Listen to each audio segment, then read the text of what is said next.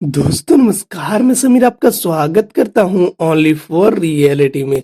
दोस्तों आखिरकार वही हुआ जिस चीज का डर था। डॉक्टर हाथी पकड़े गए और वो भी पोपट लाल की वजह से। खैर दोस्तों बात करते हैं आज की एपिसोड की। दोस्तों एपिसोड शुरू होता है और इधर पोपट लाल नीचे उतर रहा होता है टेरेस से। अभी तक वो नीचे नहीं उतर पाया होता है और उसे कोई न कोई मुसीबत मिल ही जा रही होती है। यहाँ उसे अब सोफा मिल गया था जिसके ऊपर में चढ़कर वो तो पार हो गया, लेकिन उसके साथ जो पत्रकार थी वो पार नहीं हो पाई और वो पार होने के लिए बोल ही रहा था। तभी उधर से वो देखता है कि दूसरा और भी सोफा लेकर के लोग आ रहे हैं और फिर वहां के लोगों से पूछते हैं पोपटलाल, तो पता चलता है कि 6 सोफा और भी आ रहे हैं। तो पोपटलाल बोलता है ठीक है, अब तो लिफ्ट से ही जाना पड़ेगा। और इधर डॉक्टर हाथी बहुत ही ज्यादा टेंशन में आ गए थे और इधर पूल में तैर रहे लोग उनके मूंछ को दिखाकर उनका बहुत ही ज्यादा मजाक उड़ा रहे थे और इधर लिफ्ट नीचे आ ही नहीं रहा होता है। तो पोपटलाल भी बहुत ही ज्यादा टेंशन ले रहा होता है। तभी उसके साथी जो है वो बोलती है अरे चलो सीढ़ी से चलते हैं। तो पोपटलाल बोलने लगता है देखो अभी तुम एक सोफा को नहीं पार कर पा रही थी तो तुम 6 सोफा कैसे पार करोगी। तो वो बोलती है अरे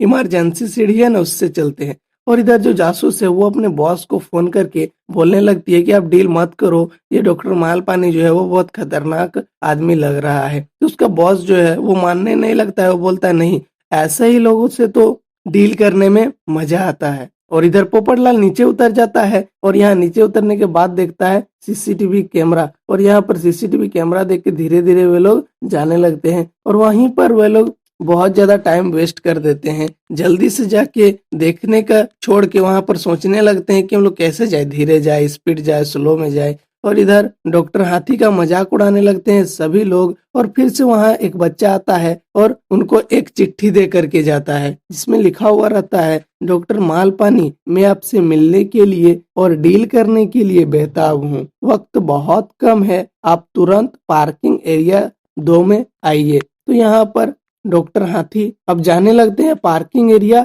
2 में। तभी वो जो पहला आदमी मिला था वो मिल जाता है डॉक्टर हाथी को और वो बोलने लगता है अरे भाई साहब आपका कोई जुड़वा भाई वाई है क्या। बोलता है नहीं नहीं। तो बोलता है वो मुझे मिले थे ना, क्या नाम था उसका। तो डॉक्टर हाथी बोलने लगता है डॉक्टर मालपानी, हाँ वही मैं ही हूँ। तो आपके जो दाढ़ी थे ना उसे मैंने सेव कर दिया। और यहाँ आगे आते ही एक आदमी बोलता है कैसे है, तो ऐसा है। ये सुन के डॉक्टर हाथी रुक जाते हैं और उनको पता चल जाता है कि यही है वो लोग। और इधर पोपटलाल पहुंच जाता है पुल के पास में और पुल के पास पहुंचने के बाद नीचे वहां देखने लगता है। तभी जो वो जासूस रहती है वो पोपटलाल के पास पहुंच जाती है और पोपटलाल को बोलने लगती है सर आप किसी को ढूंढ रहे हो क्या। बोलते नहीं नहीं मैं ढूंढ नहीं रहा हूँ, यहाँ पर बम फटने का बहुत जोर का धमाका हुआ ना, उसको सुनकर मैं देखने आया यहाँ पर क्या हुआ है। तो बताते हैं। तभी वहां वो बैटर आ जाता है और बैटर आके बताने लगता है कि अरे वो जो डॉक्टर मालपानी थे ना वो यहाँ पर गिर गए थे और आपको पता है उनका मूछ भी निकल गया था, नकली मूछ लगा के घूम रहे थे। तो पोपटलाल को टेंशन होने लगती है कि अरे कहीं पकड़े तो नहीं गए ना हाथी भाई। और इधर हाथी भाई कोशिश कर रहे थे किसी भी तरह पोपट लाल के पास खबर पहुंच जाए, लेकिन वो कामयाब नहीं हो पा रहे थे। और इधर पोपट लाल अब जाने लगता है हाथी भाई के कमरे की ओर में। इधर हाथी भाई किसी न किसी तरह से अपने आप को बचाने का कोशिश कर रहे थे, लेकिन वो जो आदमी था वो मान ही नहीं रहा था। वो बोल दे रहा था कि अगर आपने अब से कुछ किया तो ये डील कैंसल। और ये सुनकर हाथी भाई उनके पीछे में जा ही रहे होते हैं और बीच में मिल जाता है हाथी भाई को एक केक वाला वेटर। तो वो केक उठाता है और खा जाता है। तो वेटर मना करता है और यहाँ हाथी भाई उसको बोलने लगता है आप एक खबर पहुंचा दोगे। तो किसको खबर पहुंचाना है, वो आदमी आके बोलने लगता है। तो बोलता है नहीं नहीं वो थोड़ा केक में स्वाद नहीं है ना, इसलिए मैनेजर को खबर पहुंचाना था। और इधर बॉस भी निकल चुका होता है डॉक्टर मालपानी से मिलने के लिए और बीच में ही उस जासूस का फोन आ जाता है और फिर से वो बोलने लगती है अपने बॉस को कि बॉस आप समझ जाओ, वो लोग से मत मिलो, वो लोग कोई पुलिस के आदमी या फिर पत्रकार भी हो सकते हैं। तभी वो बॉस बोलता है अरे तुम छोटा सोच रही हो, अगर वो डील करने के लिए आ रहे होंगे हम लोग कैसे करते इधर उधर,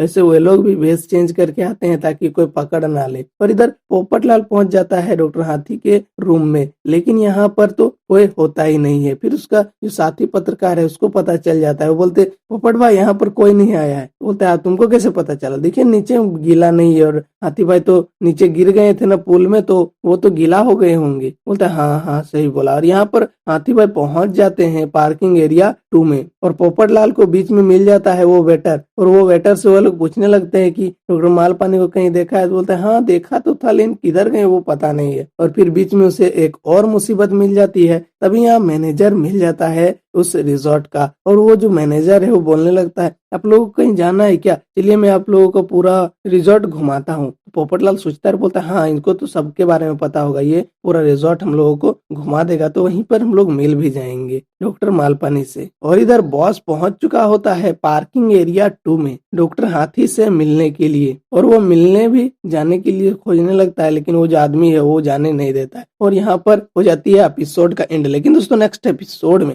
जब डॉक्टर हाथी को फोन आएगा और पोपटलाल सारा का सारा बात बोलता जाएगा बिना रुके, तो पोपट तो हाथी भाई को क्या वे लोग कब्जा कर लेंगे, या फिर डॉक्टर हाथी भाई बच निकलेंगे वहां से? कैसे निकलेंगे ये देखना बहुत ही ज्यादा इंटरेस्टिंग होने वाला है। तो चलिए मिलते हैं नेक्स्ट एपिसोड के साथ। चैनल पर नए हो तो सब्सक्राइब करना ना भूलें।